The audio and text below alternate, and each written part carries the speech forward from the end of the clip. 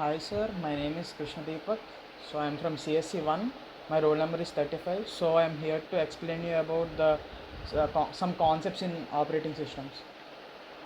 So when we come to the first slide, operating system is a program that controls the execution of application programs, and it acts as an interface between application and computer hardware. So it acts as an intermediate between the user and computer hardware, ensuring efficient execution and resource allocation.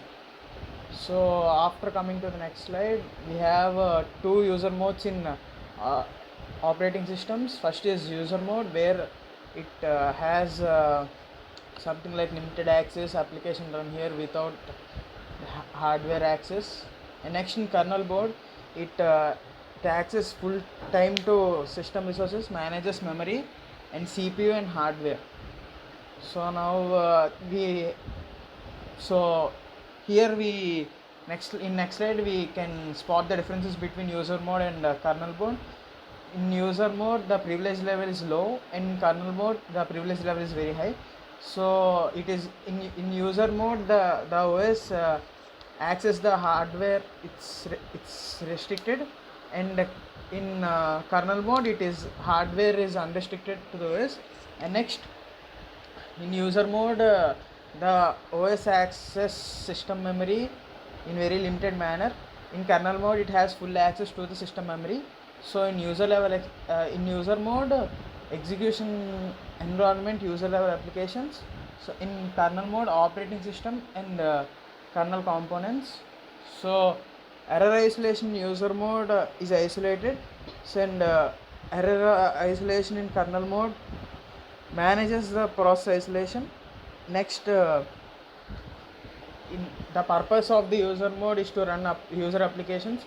The purpose of the kernel mode is to manage system resources and hardware. So exception handling, limited exception handling capabilities user mode will be having, and kernel mode will be having comprehensive exception handling. So in user mode the stability of application do not crash with OS. So in kernel mode, kernel has issues with the crash and entire OS. So now next, there are types of system calls, sir. So types of system calls are divided into 5 categories. First is file system. Some of the system calls are open, close, read, and etc. So in process control we have system calls like fork, execution, and wait. So next, some memory management system calls are like BRK, SBRK, mmap, munmap, and mlock. So after interpost communications are pipe, socket, shaget, semjet, and msjet. And next, device management we have a sex control mode system call, write console system call, read console system call, etc. So next, after coming to the next slide, we will discuss about some compilers. A compiler translates the entire source code into mission code without before execution. So they detect syntax errors before execution, and it will correct them. So compilers are faster because they process the entire program at once, unlike interpreters. So next, some common examples are CLang and MSVC. So compiler has mainly 5 phases. First we have lexical analysis. There we will tokenize the code. And next, in syntax analysis we checks the grammar rules. In semantic analysis it ensures logical meaning. And in optimization it improves performance. And after last phase is code generation, where we will convert the into mission code. So next, compiler design. Yeah, we can see that there are phases of compiler design in the next slide. So yeah, and after coming to the next slide, it's about interpreter. So interpreter translates and executes code line by line. It is slower than a compiler since it processes the code in real time. Common examples are Python interpreter, JavaScript engine, etc. And key differences between compiler and interpreter are interpreter generally executes line by line. Unlike compiler, it translates the code whole before running. Interpreter will be slow execution and compiler will be fast. Interpreter will detect error immediately, and compiler detects error before execution. So afterwards we have the differences between the compiler and interpreter.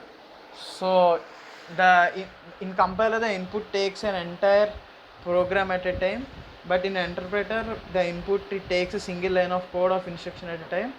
So output in compiler will be it generates intermediate object code. In interpreter it does not produce any intermediate object code. In compiler the compilation is done before execution, and in interpreter compilation is and execution takes simultaneously, and compiler is faster and interpreter is slower, and memory requirement of the compiler is more due to creation of object code, and interpreter requires less memory as it does not create an intermediate object code.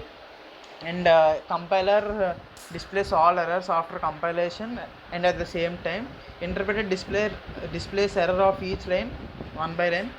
Compiler error detection is difficult, interpreter is easier comparatively. So some examples of C compiler are C, C++, C sharp, and some examples of interpreter are Python, Ruby, and JavaScript. So next we have JVM, Java Virtual Machine. So it has first it has a class file where it will be gone into class loader subsystems. Generally class loader subsystem will have bootstrap class loader, extension class loader, application class loader, where they will be verified, prepared and resolved, and then processed into initializer. After this all process, it will go into memory area, and in memory area we have method area, heap area and stack area, where stack area divided into three types: T1, T2, T3, and next we have PC register. So in PC register also we have T1, T2, T3, and negative method of stack. So next, after memory area, execution will be done, and Java native interface will be developed, and native method library will be created. So thank you, sir.